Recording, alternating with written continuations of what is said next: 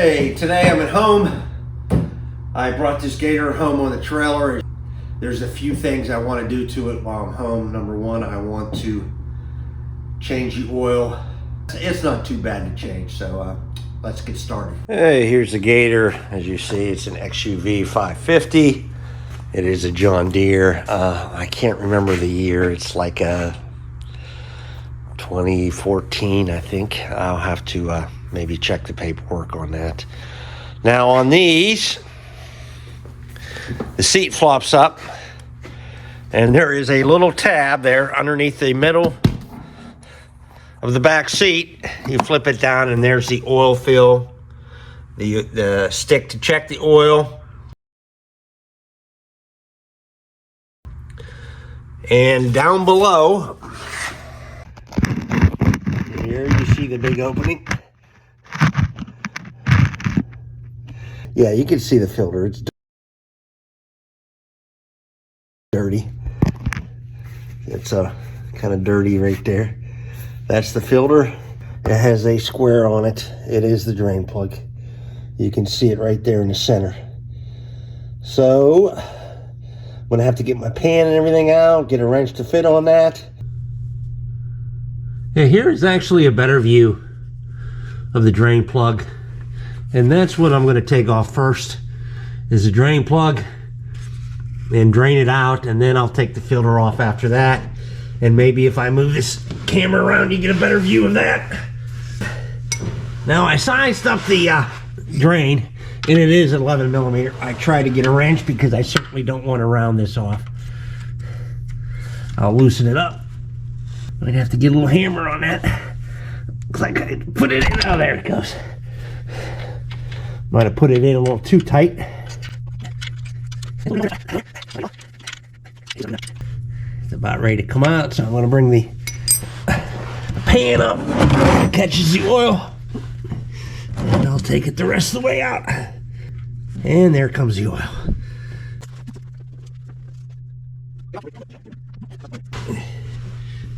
It is actually easier to find the drain plug if you come in from the back end versus the sides. It's easier to get to too. So I think I learned that last time I changed the oil, but I forgot. Looks like it's just dripping. Now let me look at the filter here. See if I can maybe just turn it out here with my hand, but no. I'm gonna have to get something on there to turn it. That may be fun. My hand strength ain't what it used to be. Oh, nope, not quite. Really had a hard time getting some sort of wrench around it or getting any kind of a good grip on this. I did get out my larger pair of channel locks to try. I really don't know why I struggled so much with getting that off, but I did. There probably is an easier way to get that off. Please, if you know of it, just let me know in the comments. It'll help me out. I am putting some of this oil on that top seal there. I kind of just wipe it on that. I don't know whether you can see. I'm hoping you can, but I just wipe some oil on that. This is a brand new filter. I got this oil change group from a John Deere. It's actually cost me, I think it was $24 for the filter and 2 quarts of oil. This thing uses over a quart, a little over a quart, not much, so I'll have some left. The filter number is an AM 125424.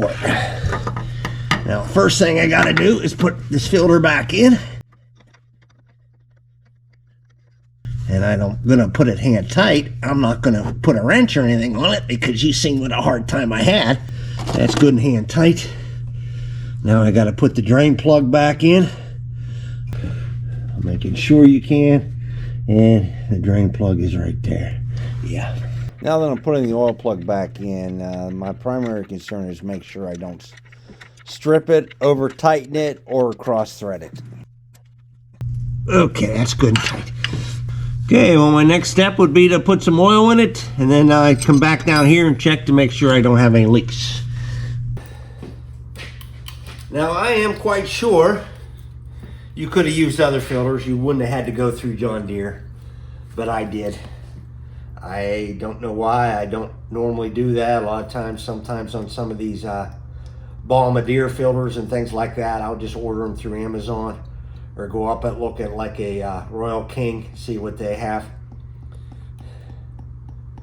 We're going to dump this oil in. Then we're going to check below for leaks and let it settle for a minute. And then check the level and then add according to that. Okay, now I'm going to see what the level is with 1 quart. Sometimes I have trouble getting that dipstick in, but we do want a right oil level on this. It looks like 1 quart will do it. It's just a little bit below the fill line. I don't know whether you can see it, but it is just a little bit below the fill line. And I might start it up and see how that runs and let it sit, because that's not a bad level. I mean, that's 1 quart. Now the old oil, I do save it. I burn it a lot at camp, my homestead. I do burn all my used oil when I make fires, burn stumps, burn brush. Even once in a great while, even when I light up a campfire outside for when I have visitors. So I save my oil. I have quite a bit up there. Actually, I had somebody else give me a whole bunch. I don't turn away oil. So I'll be using the containers again. I'll probably mark them used across here, exit out or something, so I know that it's used oil. Well, I guess the next step is to try to get this started and let it run for just a little bit and recheck the oil. It has been running pretty good ever since I changed the carburetor. I haven't had any trouble with it starting. Now that I said that, I probably will. When it's cold, you do have to hold the choke out. The choke does not seem to get in a good position. I'm going to go ahead and put it in neutral and hold the brake on. But let's see what we can do. I don't know why, but it seems like every time you say it's running good, then you have a hard time starting it. I guess that's just the way it works. Once you say it's good, it's not always good. The only reason you run it for a little bit is to get that oil circulating throughout the engine. You certainly want it to fill up the oil filter and get in all those places around the engine that you drained it out of.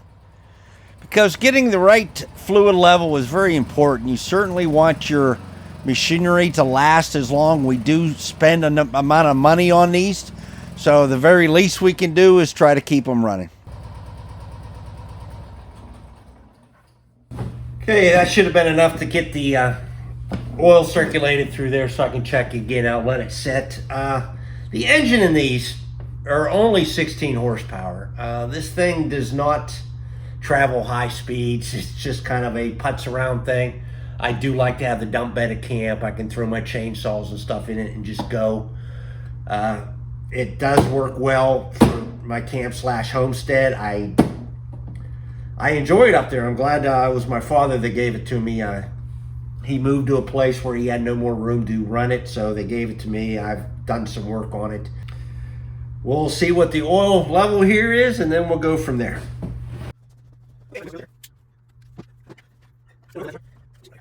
Yep, it's reading right on the very low end now. It's good, but it's down like to a quarter of the length of the good area. So I am going to add some to it.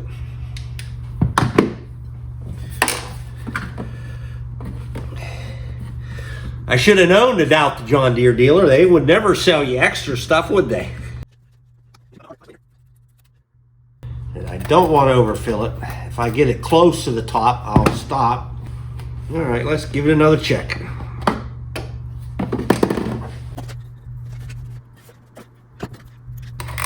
So the next time I change oil, I only have to buy 1 quart because I have about half of this left, and that should about do it. And yes, this is where I'm going to stop. I am just a little bit, maybe I'll add just a bit. Now I'm a little bit below the top fill line, but that's pretty good. I mean, that's not bad. I'll run it again later on today and check it again one more time. and then I'll decide whether I want to add any more or not. But that looks about where I'm going to leave it for right now. So let's close this part of the job up.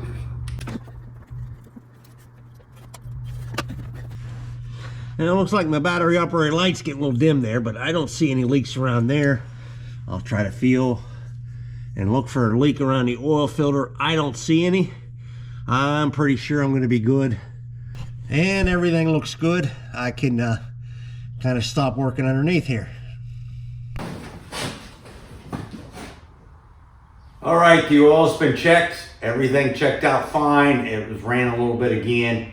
It's important to make sure you don't have any leaks anywhere. It's also important that you have the right oil level. We all want these machines to last as long as we can because they are expensive and you want to keep them for a while.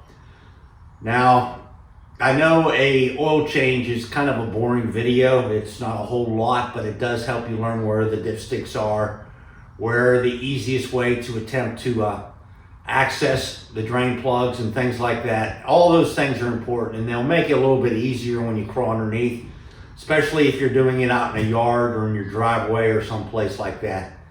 But now it's time to thank you for viewing once again. I really do appreciate it. If you're a subscriber, thank you very much. If you're not, think about it. You help an old man out and it costs you nothing. So yeah, like, comment, all those things are important to help my channel grow. I really, really do appreciate the comments that I've been getting. So once again, this is the old man with the plan.